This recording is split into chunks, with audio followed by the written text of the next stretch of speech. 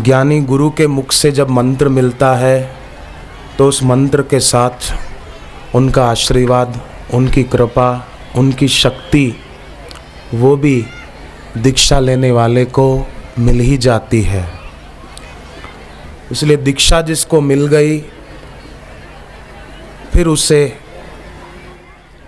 शोक करने की, चिंता करने की ज़रूरत नहीं है।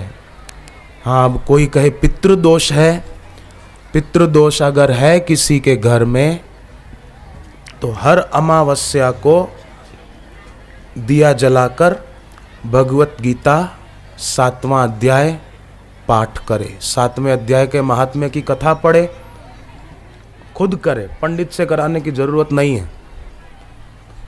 7वें अध्याय की कथा पढ़े, 7वां अध्याय पूरा पाठ करे, लोटा जल भर के रखे, पहले से ही पाठ पूरा हो जाए, वो जल सूर्य के सामने ले जाए, खुली जगह में जल में देखते हुए सूर्य भगवान को प्रार्थना करे कि हे सूर्य भगवान, यमराज आपके पुत्र हैं और यमराज मृत्यु के देवता हैं। हमारे घर में पहले जो कोई गुजर गए हैं उनकी आत्मा को शांति मिले, उसके लिए हम गीता पाठ का पुण्य अर्पण कर रहे हैं। वो जल सूर्य को अर्घ दे दे। बस हर अमावस्या को ये करे तो पितृदोष से मुक्ति मिल जाती है। किसी ने चिट्ठी लिखकर दी है, काल सर्प दोष है तो क्या करें? काल सर्प दोष है तो घर में हर सोमवार को पूर्व और उत्तर दिशा के बीच जो ईशान कोण पड़ता है उधर मुंह करके बैठ जाए और जप करें। हनुमान चालीसा पढ़ने से भी काल सर्प योग की निवृत्ति हो जाती है। और रात को 10 बजे 11 बजे जिसको काल सर्प योग की तकलीफ है वो जप करे तो उससे छुटकारा होगा। भगवान ने गीता में कहा है, तेषाम अहम समुद्धारता मृत्यु संसार सागरात। भक्त का उद्धार भगवान कहते हैं मैं खुद कर देता हूँ, उसको कैसी भी विपत्ति आ जाए मैं उसको तार देता हूँ, ये भगवान ने गीता में कहा है। तो देखो, भगवान के इन वचनों से ये सिद्ध हो गया कि हम भगवान की जानकारी में हैं। ध्यान देना, भगवान का वचन है कि अगर कोई मुझ में अपना मन लगाए तो मेरी कृपा से वो सारे कष्टों से, मुसीबतों से तर जाता है, छूट जाता है। तो इस वचन से ये सिद्ध हो गया कि भगवान की जानकारी में हम हैं और हमारी समस्या भी उनकी जानकारी में है। तभी तो भगवान ने कहा ना, मुझ में अपना मन लगाया तो मेरी कृपा से सारी कठिनाइयों से तर जाओगे। तो फिर से मैं कहूँ, ये वचन 18वें अध्याय में लिखा है भगवत गीता में। तो इससे सिद्ध होता है कि हम उनकी जानकारी में हैं, हमारी समस्या भी उनकी जानकारी में है। अब हम खाली उनमें अपना मन लगाएं। तो कई बोलते हैं हमारा मन लगता ही नहीं, क्या करें? आज भी सुबह एक माता जी पूछ रही थी कि हमारा मन नहीं लगता, हम क्या करें? तो मैंने उनको कहा, मन लगे कि न लगे आप लग जाओ। बोले हम कैसे लगे? तो देखो, पेन होती है ना, पेन, हाँ, पेन अपने आप कोई बात लिखती नहीं है, लिखने वाला व्यक्ति पेन से लिखता है। अब लिखने वाला आदमी अगर सही होगा तो पेन से अच्छी बात लिखेगा, और लिखने वाला आदमी गलत होगा तो पेन से गलत बात लिखेगा। ठीक कह रहा हूं ना मैं? नीम का पेड़ होता है और नीम के पेड़ के पत्ते कड़वे क्यों होते हैं? मीठे क्यों नहीं होते? क्यों कि नीम के पेड़ की जड़ ही कड़वी है, इसलिए पत्ते भी कड़वे होते हैं। ऐसे ही आदमी खुद अगर अंदर से गलत होगा, गिरा हुआ होगा, तो उसका मन भी वैसा हो जाएगा। अगर खुद अंदर से ठान ले और लग जाए तो उसका मन भी सही हो जाएगा। और मन में कोई बुरा विचार आया तो ये ना सोचे कि मेरे में बुराई है, मन में है, मेरे में नहीं है। मैं चाय नहीं पीता हूं, आप में से भी कई भाई बहन ऐसे होंगे जो चाय नहीं पीते हैं। अभी अगर मेरे सामने कोई चाय लाए कि लो महाराज आप चाय पियो, अब मैं नहीं पीऊं तो मेरे को क्या नुकसान होगा? होगा नुकसान? मेरे को नहीं होगा, मैं पीऊंगा ही नहीं, तो नुकसान क्यों होगा? ऐसे ही मन में कोई बुरा विचार आया, अगर आया तो हम उसका समर्थन न करें तो वो हमारा क्या बिगाड़ लेगा? आया और गया। सड़क के किनारे घर घर होता है तो कई बार अच्छे लोग भी गुजरते हैं, कई बुरे भी गुजरते हैं। किसी की बारात भी जाती है तो किसी की शमशान यात्रा भी जाती है। तो सड़क के किनारे घर है, हम कोई रास्ता रोकेंगे तो नहीं, इधर से कोई नहीं आओ, खबरदार कोई आए तो। अब रास्ता है, रास्ता थोड़ी रोकेंगे। ऐसे मन में आया तो मन में आया, मेरे में नहीं है, हरिओम तत्सत, बाकी सब गपशप। हम अंदर से ठान लें कि मेरा मन लगे न लगे, मेरे को लग जाना है बस। हम लग जाएंगे तो मन लग जाएगा। जैसे हम कहीं जाते हैं तो हमारी परछाई पीछे आएगी कि नहीं आएगी? बोलो बोलो भाई, परछाई आएगी न पीछे पीछे। हम जाएंगे तो परछाई आएगी। ऐसे हम लग जाएंगे तो मन भी लग जाएगा। चिंता करने की जरूरत क्या है? मेरा मन नहीं लगता, मुआ न लगे न लगे, अपन लग जाए। मेरे को लगना है बस, मेरे को साधना करनी है, मेरे को भक्ति करनी है, मेरे को जप करना है बस। मन हमारा दास है, हम मन के दास नहीं हैं। हम इंद्रियों के दास नहीं हैं, इंद्रियां हमारी सेविकाएं हैं, हम इंद्रियों के स्वामी हैं। हम जहां जाएंगे वो आएगी परछाई की तरह। तो भगवान कहते हैं मुझ में लग जाओ तो मेरी कृपा से सारी कठिनाइयों से तर जाओगे। संत तुकाराम जी महाराज अभंग गाते थे, कुछ बोलते थे, लोगों को बड़ा आनंद आता था, अच्छा लगता था। पर एक ब्राह्मण था उस जमाने में जो संत तुकाराम जी का बड़ा विरोध करता था। उसका नाम था रामेश्वर भट्ट। था ब्राह्मण, पर कर्म उसके ऐसे थे कि उसके लिए क्या बोले। तुकाराम जी का बड़ा विरोध करता था। वो बोलता था कि ब्राह्मण को ही प्रवचन करने का अधिकार है। तुकाराम जी ब्राह्मण, शरीर उनका ब्राह्मण नहीं है, इसलिए उनको प्रवचन करने का, अभंग गाने का कोई अधिकार नहीं है। इतना विरोध किया उसने, इतना विरोध किया कि तुकाराम जी के अभंग वो गंगा जी में फेंकवा दिए। अब तुकाराम जी को हुआ कि ये अभंग मैं सिक्का आग में रखता था और जीभ पर रखता था अभंग लिखकर कि अगर मेरा अभंग गलत हो तो मेरी जीभ जल जाए। और तुकाराम जी की जीभ नहीं जलती थी। ऐसे तुकाराम जी के अभंग गंगा में फेंकवा दिए उस रामेश्वर भट्ट ने। तुकाराम जी ने क्या किया, पहने हुए कपड़ों सहित नदी में स्नान करते और फिर किनारे आकर बैठ जाते, शरीर पर ही गीले कपड़े रहने देते और जप करते, राम कृष्ण हरि राम कृष्ण हरि राम कृष्ण हरि, जप करते। कपड़े सूख जाते, फिर नदी में नहाते, फिर गीले कपड़ों सहित किनारे बैठ जाते, राम कृष्ण हरि राम कृष्ण हरि राम कृष्ण हरि, जप करते।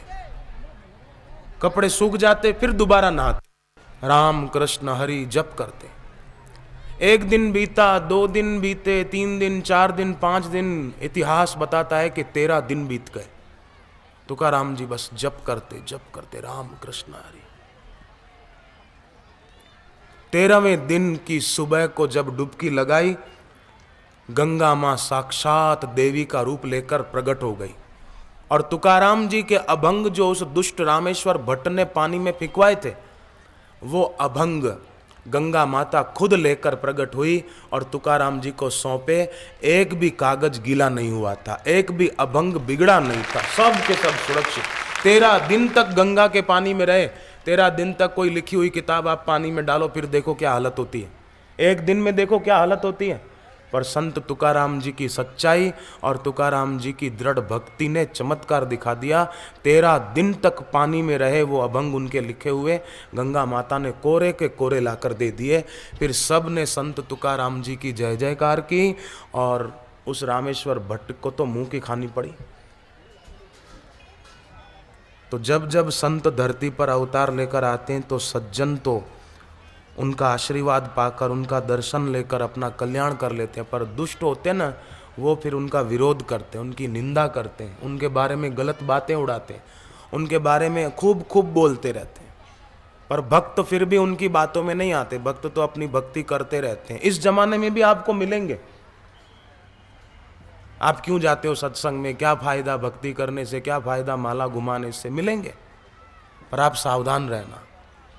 त्रेता युग में तो सीता जी धरती में समा गई लोक अपवाद के कारण, है ना। धोबी ने और उसके साथियों ने कितना विरोध किया सीता जी का। तो उस जमाने में सीता जी धरती में समा गई। पर इस जमाने में आपके और मेरे हृदय में जो भक्ति रूपी सीता है वो कहीं जाने न पाए। वो तो हृदय रूपी अयोध्या में ही रहे, वो क्यों जाए?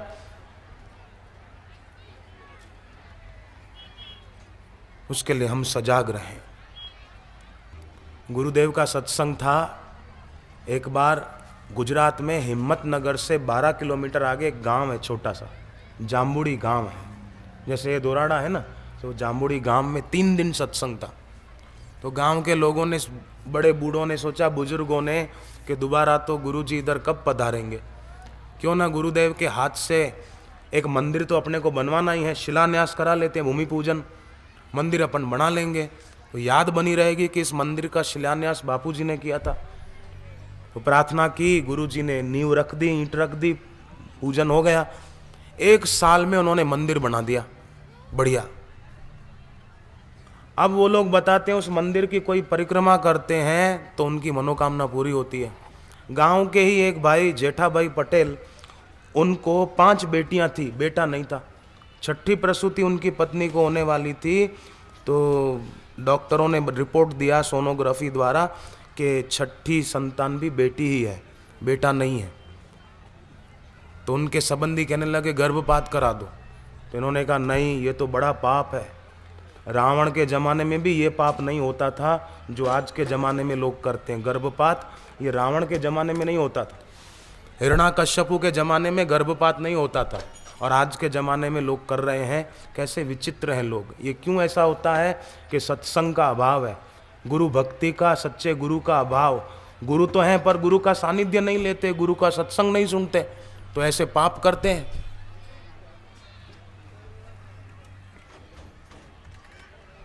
तो महापाप है, इससे बचना चाहिए।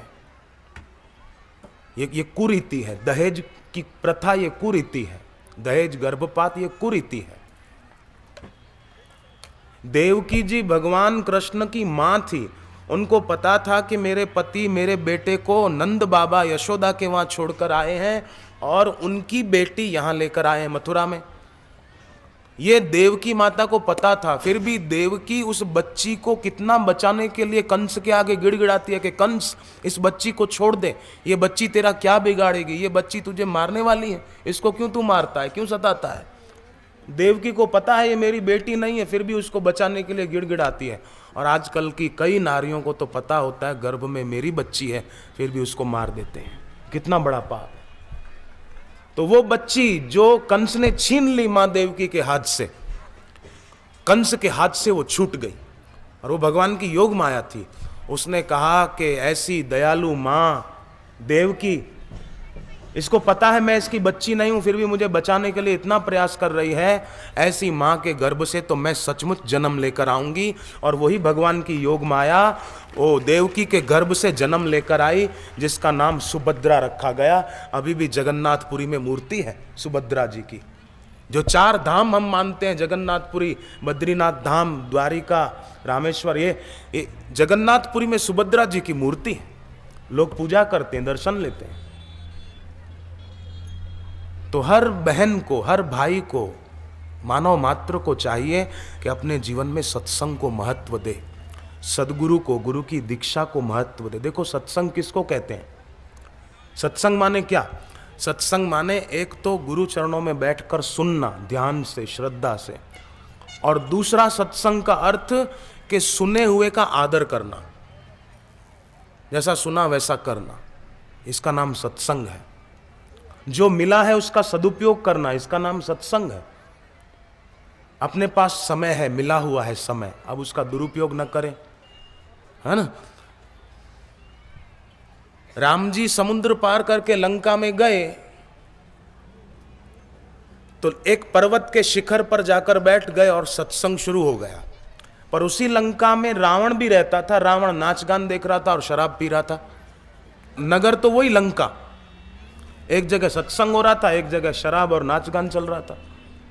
तो बुद्धिमानों का समय, पुण्यवानों का समय सत्संग में, भक्ति में जाता है, और ना समझ बुद्धिहीन मूर्ख आदमी का समय शराब में, बीड़ी में, झगड़े करने में जाता है। एक जगह पर 2 आदमी लड़ रहे थे। एक दूसरे को कह रहा था क्या समझता है, 32 तोड़ दूंगा। दूसरा बोला तू क्या समझता है, 64 तोड़ दूंगा। तो तीसरा आदमी उनकी बात सुनकर आया और बोला, भाई साहब मुंह में दांत तो 32 होते हैं, आप 64 कैसे तोड़ोगे? बोले, मुझे पता था तुम बीच में बोलोगे इसलिए 32 तुम्हारे भी गिन लिए थे। लड़ाई झगड़ा मार काट, दूसरे जन्म में फिर सांप बन जाते हैं वो। इसलिए घर में पड़ोस में किसी से तू मैं हो गई तो फिर अब होली आ रही है। होली माना होली, जो हो गया सो हो गया, जो बीत गई सो बीत गई, तकदीर का शिकवा कौन करे। आपको कार चलानी हो, स्कूटर चलाना हो, मोटरसाइकिल चलानी हो तो आगे देखकर चलाओगे ना, पीछे देखकर कैसे स्कूटर चलाओगे? कोई पीछे देखे और कार चलाए तो मरेगा कि और कुछ होगा? जो बीत गया उसको याद करने की जरूरत नहीं है, आगे देखो, वर्तमान में जिए और अपने मन से वैर झैर को विदा दे दें।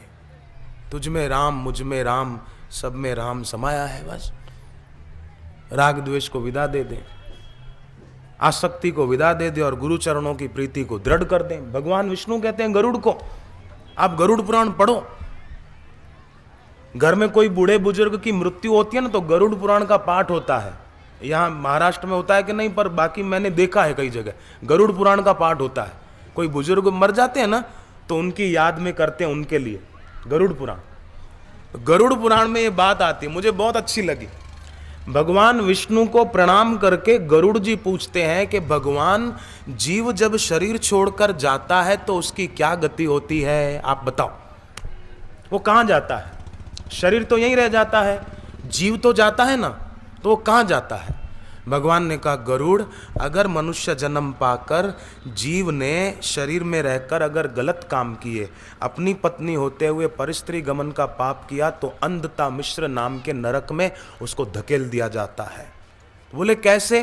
पाप तो उसने इस शरीर से किया और फिर बदला उसको कोई दूसरे शरीर से देते हैं क्या? बोले नहीं, देखो, पाप का कर्ता शरीर नहीं होता है। कोई भी कर्म का कर्ता स्थूल शरीर नहीं होता है, शरीर तो जड़ है। कर्म का कर्ता तो सूक्ष्म शरीर, जीवात्मा। अज्ञान के कारण शरीर के साथ जुड़कर भूख लगे प्राणों को सोचे कि मेरे को भूख लगी, स्पर्श इंद्रिय के साथ जुड़कर सोचे कि मैं इसको स्पर्श करूं, इसको गले मिलूं तो मजा आए। ये क्या कि शरीर ही शरीर से जुड़ गया है ना, अध्यास कर लिया, शरीर ही शरीर से जुड़ गया तो पाप करने में उसको मजा आने लगा।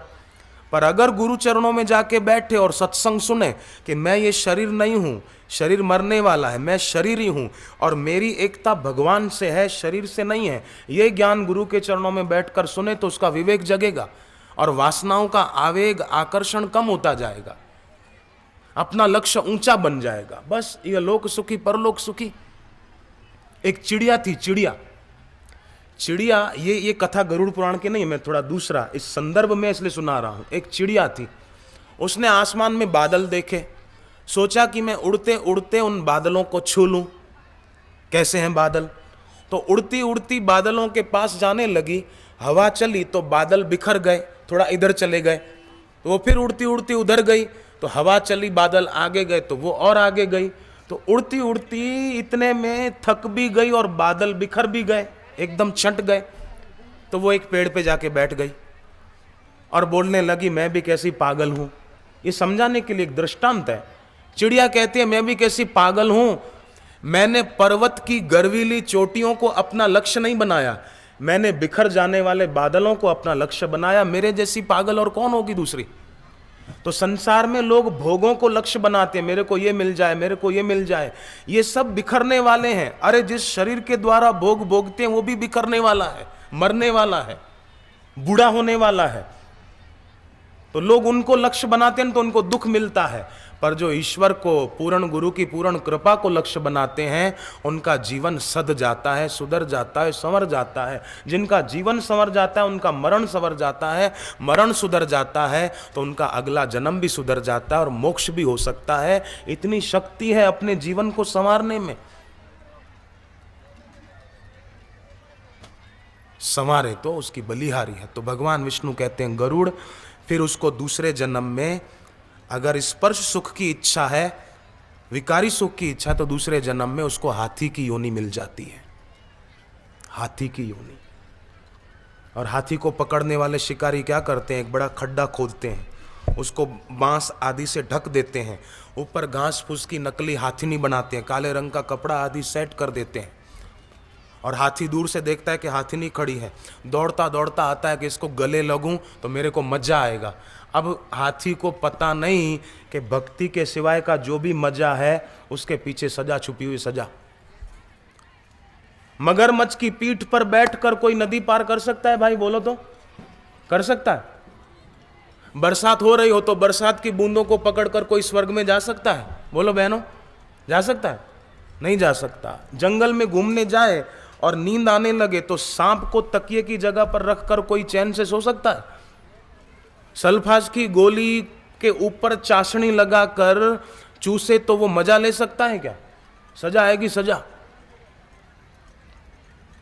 बबूल के पेड़ के नीचे बैठा और सोचता है मेरे को आम खाने को मिलेगा आम। प्यास लगी है और जहर पी के प्यास बुझाना चाहता है, ये कैसा पागलपन है?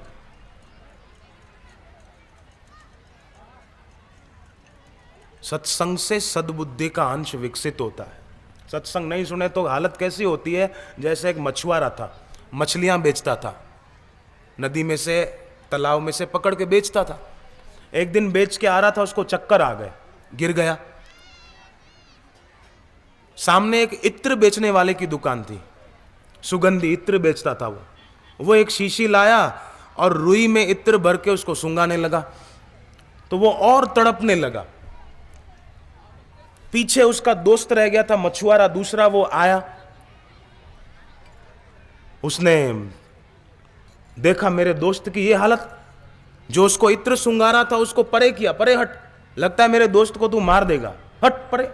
उसको हटाया और उस मछुआरे के पास जो मरी हुई मछलियां बेचने जाता था, वो गंदा कपड़ा था बदबू वाला, वो पानी में डाल के निचोया और वो गंदा पानी उसको बिठाकर मुंह में डाल दिया जो बेहोश था, और वही गंदा कपड़ा उसके नाक पे रख दिया। वो होश में आ गया तुरंत और अपने दोस्त को कहने लगा, शाबाश तूने मेरी जान बचा दी, नहीं तो ये तो न जाने कौन सी बदबू वाली शीशी सुंगा रहा था, मेरे को मार ही डालता। अब वो बदबू वाली शीशी थी, सुगंधी इत्र था, पर आदत पड़ गई थी, मरी हुई मछली की दुर्गंध उसको सुगंध लगती थी। ऐसे ही लोगों को आदत पड़ जाती है, फिल्म देखना अच्छा लगता है, भोग भोगना अच्छा लगता है, होटल में खाना अच्छा लगता है, चाय पीना अच्छा लगता है, पेप्सी पीना अच्छा लगता है, पर ये तो ऐसा ही है कि मरी हुई मछली की बदबू वाला कपड़ा उसको अच्छा लग रहा है और भक्ति अच्छी नहीं लग रही, सुगंधी इत्र की शीशी बुरी लग रही है, सत्संग में जाना अच्छा नहीं लगता। समझो वो उस मछुआरे का भाई है।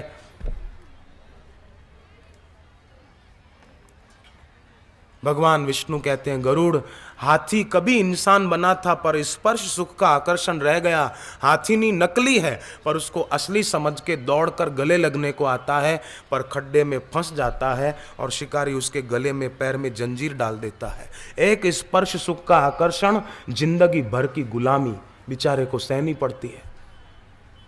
इसलिए आज देश के हर युवान तक, लाल कृष्ण आडवाणी कई बार बापू के सत्संग में आते हैं और उन्होंने एक बार कहा था, मुझे याद है, बोले अगर बापू के वचन जन जन तक पहुंचे तो सचमुच राष्ट्र सुख का संवर्धन होगा, हर युवान तक पहुंचे।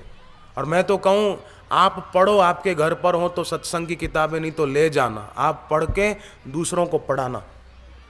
आज हमारे देश में बहुत जरूरत है, हमारा भारत देश अर्थ संपन्न हो, हमारा भारत देश धर्म संपन्न हो, हमारा भारत देश काम संपन्न, माने हमारे भारतवासियों की जो शुभ कामनाएं हैं वो फले और हमारे भारत देश को मोक्ष मिल जाए। किससे मोक्ष मिल जाए? व्यसनों के प्रभाव से मोक्ष मिल जाए, बीड़ी सिगरेट, इससे मोक्ष मिल जाए।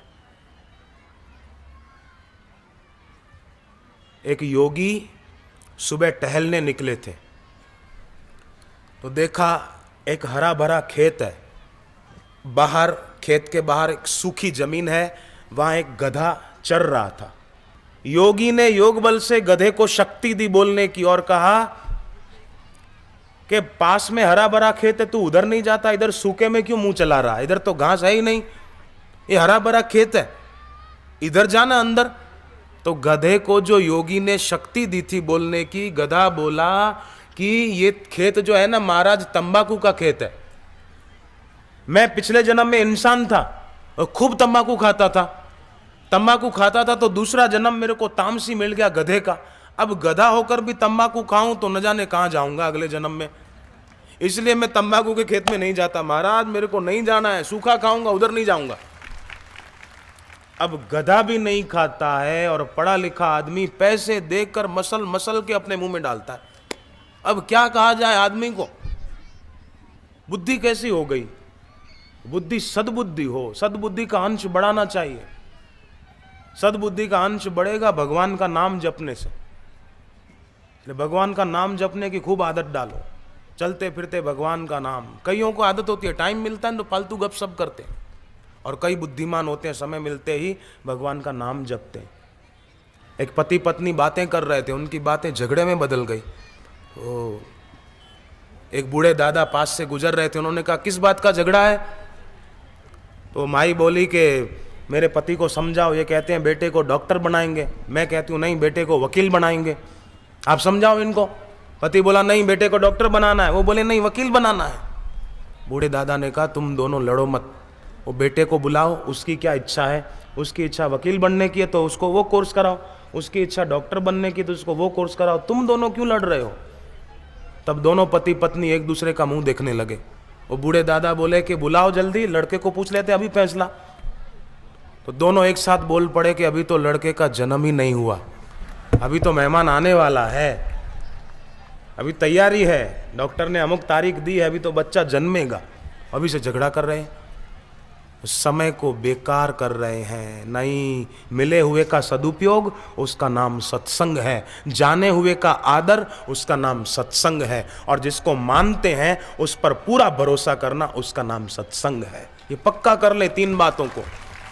जिसको मानते हैं, भगवान को, गुरु को, उस पर पूरा भरोसा करें। जो जानते हैं उसका आदर करें, और जो मिला हुआ है उसका सदुपयोग करें। समय मिला हुआ है, आयु मिली हुई है, पैसा जितना भी है मिला हुआ है, उसका सदुपयोग करें। दुरुपयोग क्यों करना? कितना अच्छा होगा, कितना पुण्य होगा।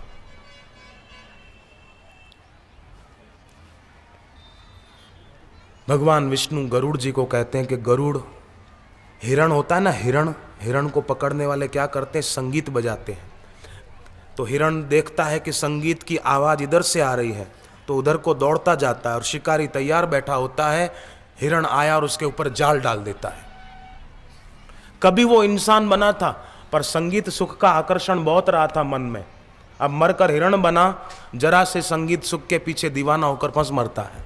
अमेरिका में, ध्यान देना युवान भाई बहनें, अमेरिका में एक यूनिवर्सिटी है जिसका नाम है ऑक्सफोर्ड यूनिवर्सिटी। ऑक्सफोर्ड यूनिवर्सिटी में एक प्रयोगशाला है जिसका नाम है डिलाबार प्रयोगशाला। उसमें विज्ञानियों ने एक रिसर्च की, दो क्यारियां बनाई खोदकर थोड़ी थोड़ी दूरी पर, उन दोनों में फूलों के बीज बो दिए।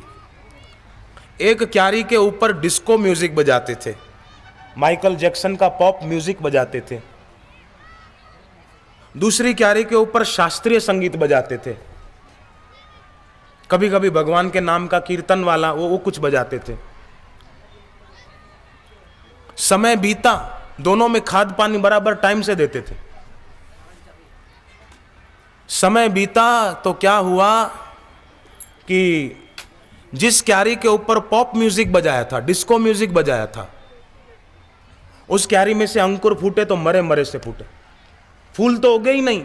और जिस क्यारी के ऊपर शास्त्रीय संगीत बजाया था, भगवान नाम कीर्तन वाला संगीत बजाया था, उस क्यारी में से अंकुर बढ़िया फूटे और फूल भी बड़े बड़े हो गए और ज्यादा मात्रा में हो गए। तो विज्ञानियों ने घोषणा की कि संगीत का प्रभाव फूलों के बीजों पर पड़ सकता है तो इंसान के मन पर भी पड़ सकता है। इसलिए इंसान को चाहिए कि इस डिस्को पॉप म्यूजिक से, माइकल जैक्सन, पॉप म्यूजिक माना क्या? जिसको सुनने से मन में पाप आए उसको पॉप म्यूजिक कहते हैं। तो ऐसा क्यों सुनना? अगर किसी के यहाँ तो नहीं होगा पर किसी के घर पे हो तो उसको कैसेट को तोड़ दें, जला दें, भगवान का नाम सुने, भगवान का नाम जप करे। गुरुदेव की तस्वीर सामने रखकर उसको एकटक देखे। जलगांव महाराष्ट्र मध्य जाए आहे न भाऊ, जलगांव महाराष्ट्र मध्य आहे। जलगांव में एक भाई साहब, उसकी किराने की दुकान, उनका नाम बालकृष्ण अग्रवाल। उन्होंने दीक्षा नहीं ली थी, तब की बात है। किराने की दुकान में बापूजी की एक तस्वीर लगा रखी थी। ये बिल्कुल बनी घटना, वो सेठ ने मेरे को बताई। एक दिन बोले हमारी दुकान पर एक आदमी आया और आते ही गुरुजी की तस्वीर कोई देखे। मैं उसको पूछूं आपको क्या माल चाहिए, ऑर्डर दो, निकलवा दूं, पर वो बोले ही नहीं।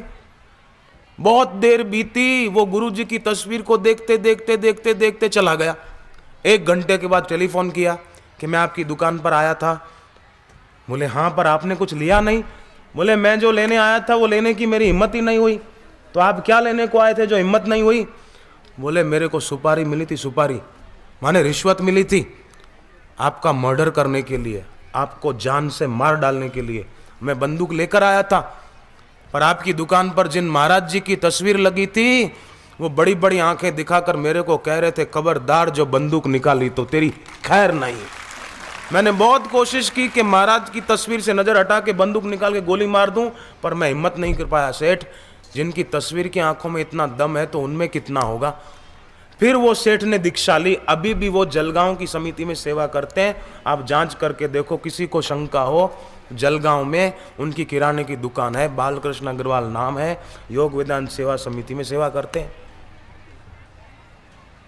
सच्ची बात बता रहा हूं मैं, झूठी क्यों बताऊंगा। झूठी बात ज्यादा चलती नहीं है, दिखावा ज्यादा चलता नहीं है, दम्भ ज्यादा चलता नहीं है। एक दूसरा आदमी था, उसने भी नई दुकान खोली, अपना साधक नहीं, दूसरी एक भाई की बात है। उसने एक दुकान खोली, प्रोविजन स्टोर। टेलीफोन एक्सचेंज वालों को अर्जी दे दी कि मेरे को लाइन चाहिए, मेरे को एक कनेक्शन चाहिए।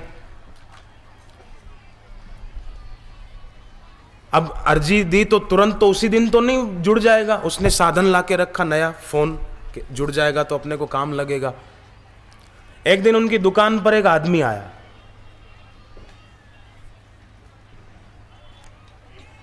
अब उस आदमी को प्रभावित करने के लिए वो दुकानदार जानबूझकर टेलीफोन का जो था साधन, वो रिसीवर उठाया और बात करने लगा। आप कौन बोल रहे हैं? अच्छा अच्छा, फलाने साहब बोल रहे हैं। खुद ही बात बना के अब फलाने साहब बोल रहे हैं। हाँ, तो माल पहुंच गया हमारा? बोले पहुंच गया। हाँ ठीक है, पसंद आया? अच्छा, अमुक व्यापारी को भी पसंद आया, ठीक है हम उसको भी भिजवा देंगे। ऐसा करके फ़ोन रखा। फिर सामने वाले को पूछा कि आपको क्या चाहिए? उसने कहा मेरे को कुछ चाहिए नहीं, मैं टेलीफोन एक्सचेंज से आया हूँ लाइन जोड़ने के लिए। आपकी लाइन जुड़ी हुई नहीं है, आप किससे बात कर रहे थे?